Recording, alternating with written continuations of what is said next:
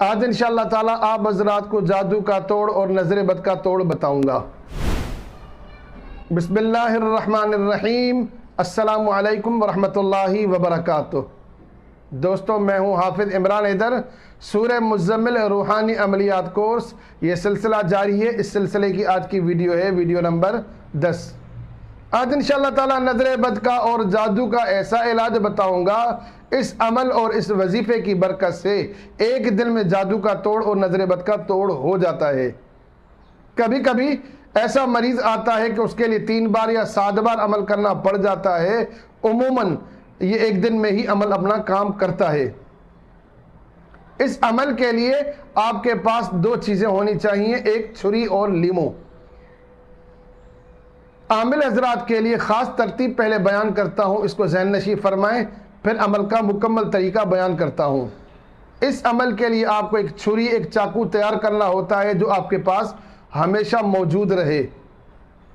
اس کا طریقہ کار یہ ہے کہ 9 چندی جمعرات یا 9 چندی پیر سے عمل کریں، نماز عشاء کے بعد عمل کریں، قبلہ رخ ہو کر باوضو حالت میں عمل کریں، جگہ اور ٹائم کی پابندی کریں، بدبودار چیزوں سے بچیں اور عمل میں شفا کی نیت رکھیں کہ اللہ تعالیٰ آپ کی زبان میں تاثیر عطا فرمائے کہ جس کے لیے عمل کریں اس کو شفا حاصل ہو۔ روزانہ سورہ مزمل شریف کو پڑھنا ہے 11 بار، اول آخر 11 بار درود شریف اور بسم اللہ بھی پڑھنی ہے۔ اس کے بعد چھری پر دم کرنا ہے۔ بلا ناغہ یہ عمل کیا 11 دنوں تک، اب یہ چھری آپ کے پاس تیار ہو گئی۔ روزانہ مزمل شریف پڑھ کر چھری پر دم کرنا ہے، 11 دن اسی طرح سے دم کرتے رہیں گے۔ اب آپ کے پاس یہ روحانی چھری تیار ہو گئی۔ اب یہ چھری آپ کے پاس لائف ٹائم رہے گی۔ اگر یہ چھری آپ سے گم ہو جائے تو دوبارہ یہی عمل کر کے چھری کو تیار کرنا ہے۔ اگر کوئی دوست احتیاطاً 2 چھری یا 2 چاقو رکھ کر عمل کرے، ایک کو استعمال کرے، ایک کو بیک سپورٹ کے لیے رکھنا چاہے تو یہ کر سکتا ہے، اس میں کوئی حرج نہیں ہے۔ اب عمل اس طرح سے کریں گے، آپ کے پاس مریض آئے گا تو آپ لیمو لے لیں، اس پر 7 بار درود شریف، 7 بار سورہ فاتحہ، 7 بار آیت الکرسی، 7 بار سورہ جن کی ابتدائی 4 آیات شیطان تک اور 7 بار سورہ کافرون، سورہ اخلاص، سورہ فلق اور سورہ ناس، پھر آخر میں 7 بار درود شریف پڑھ کر اس لیمو پر دم کرنا ہے۔ دم کرنے کے بعد مریض کو یہ لیمو دیں کہ وہ اپنے جسم پر اس کو مل لے، پھیر دے۔ جس طرح آپ جسم پر صابن ملتے ہیں اس طرح اپنے پورے جسم پر اس لیمو کو ملے گا۔ ملنے کے بعد یہ مریض کو لیمو دے دے کہ رات کو جب وہ سوئے گا تو اپنے تکیے کے پاس رکھ کر سو جائے۔ اچھا، لیمو کے اندر اللہ تعالیٰ نے روحانی ایسی پاور اور ایسی طاقت رکھی ہے کہ یہ شیطانی اثرات کو بڑی تیزی سے کاٹتا ہے۔ خاص کر کے کوئی دماغ پر، کوئی ذہن پر جادو ہو، جس جادو کے ذریعے سے ذہن کام نہ کرتا ہو، نیند نہ آتی ہو، تو ایسے لوگوں کے لیے یہ عمل بہت زیادہ آزمودہ ہے۔ رات کو تکیے کے پاس یا تکیے کے نیچے رکھ کر یہ سو جائے۔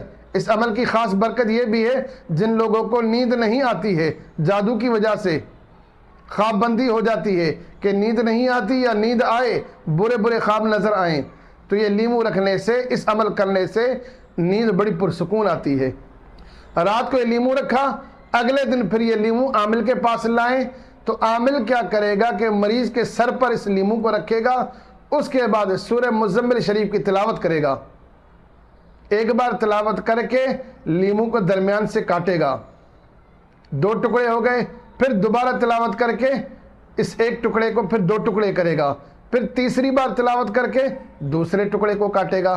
ٹوٹل 3 بار سورہ مزمل شریف کی تلاوت ہو گئی اور لیمو کے آپ کے پاس 4 ٹکڑے ہو گئے۔ ایک ٹکڑا مریض کے سیدھے ہاتھ کے ناخنوں پر، ایک ٹکڑا مریض کے الٹے ہاتھ کے ناخنوں پر، ایک ٹکڑا سیدھے پاؤں کے ناخنوں پر، الٹے پاؤں کے ناخنوں پر، چوتھا ٹکڑا ملنا ہوگا۔ یعنی ایک لیمو کا ٹکڑا سیدھے ہاتھ، ایک ٹکڑا الٹے ہاتھ، ایک سیدھے پاؤں، ایک ٹکڑا الٹے پاؤں کے ناخنوں پر ملنا ہوگا۔ اس کا رس نکال لیا، آپ نے مل لیا، لگا لیا۔ اس کے بعد یہ جو لیمو بچے گا اس کو کہیں پر زمین میں دفنا دیں یا کسی چھت وغیرہ پر ڈال دیں۔ چھت سے بہتر یہ ہے کہ کہیں زمین میں دفنا دینا بہتر ہے، فائدہ مند ہے۔ اکثر دیکھا ہے کہ اگر یہ لیمو کسی اور کو ٹچ ہو جائیں، لگ جائیں، تو اور لوگوں پر بھی برے اثرات آ سکتے ہیں، اس کے چانسز ہوتے ہیں۔ یعنی کہ آپ نے عمل کیا اور لیمو کو ادھر ادھر پھینک دیا اور کسی شخص نے ان کو اٹھا لیا، تو یہ خطرہ موجود ہوتا ہے کہ یہ برے اثرات اس شخص میں منتقل ہو سکتے ہیں۔ تو احتیاطاً اس کو چھت پر ڈال دیں یا زمین میں دفنا دیں، جہاں پر یہ سوکھ جائیں، گل جائیں، ختم ہو جائیں۔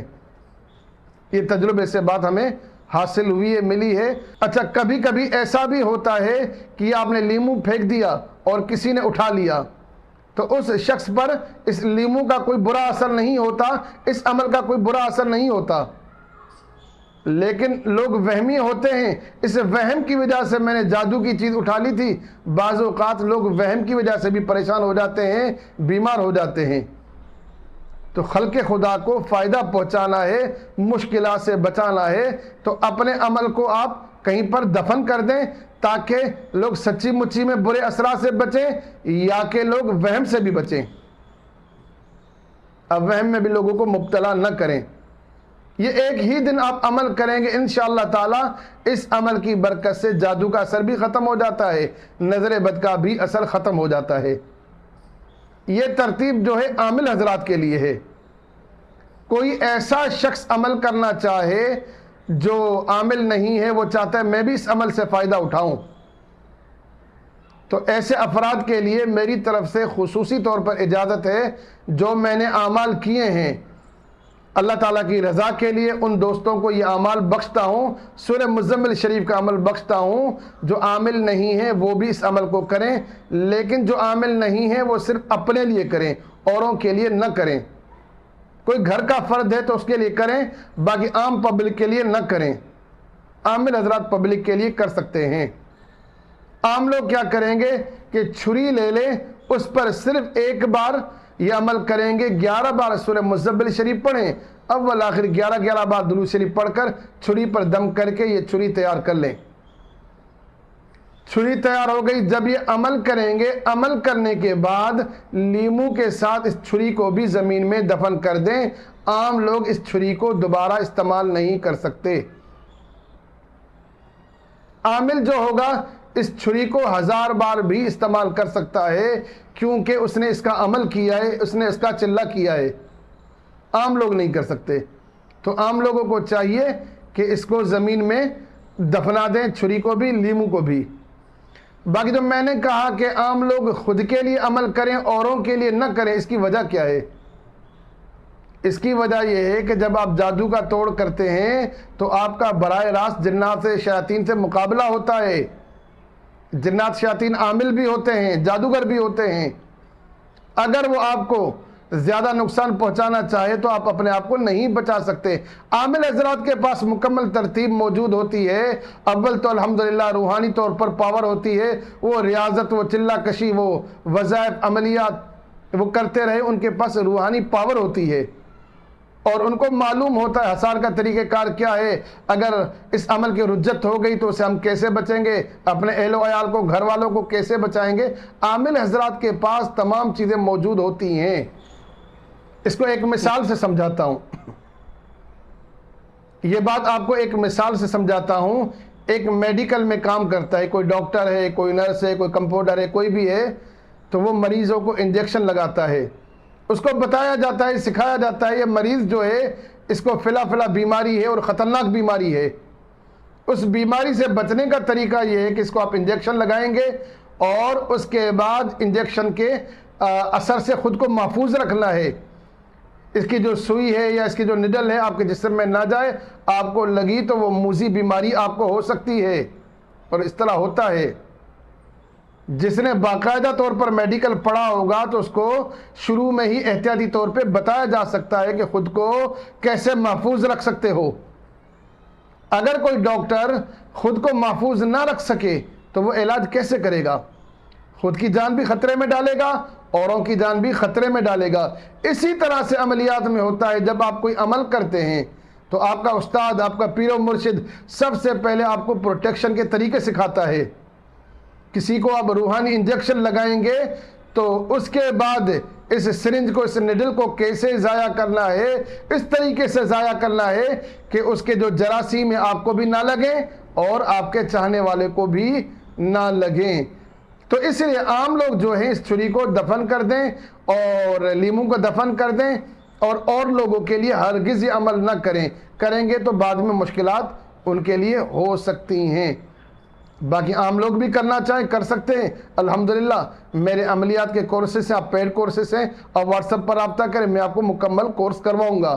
اگر آپ پیڈ کورسز نہیں کر سکتے تو یوٹیوب پر بھی الحمدللہ روحانی عملیات کورس کے نام سے 30 ویڈیوز میں نے ریکارڈ کر کے اپلوڈ کر دی ہیں۔ سورہ مزمل شریف کا یہ کورس جاری ہے، پہلی ویڈیو سے لے کر آخری ویڈیو تک دیکھیں، عمل کریں، سمجھ میں نہ آئے مجھ سے پوچھیں، انشاءاللہ تعالی میں آپ کو گائیڈ کرتا رہوں گا۔ آخر میں ریکویسٹ کرتا ہوں میرے چینل کو سبسکرائب کریں، میری ویڈیوز کو لائک اور شیئر کریں تاکہ زیادہ سے زیادہ لوگ فائدہ اٹھا سکیں، اور اللہ تعالیٰ سے دعا کرتا ہوں اللہ تعالیٰ مجھے اور آپ کو روحانیت میں وہ مقام و مرتبہ عطا فرمائے جس کے بعد کوئی زوال نہ ہو۔ آمین۔ السلام علیکم ورحمۃ اللہ وبرکاتہ۔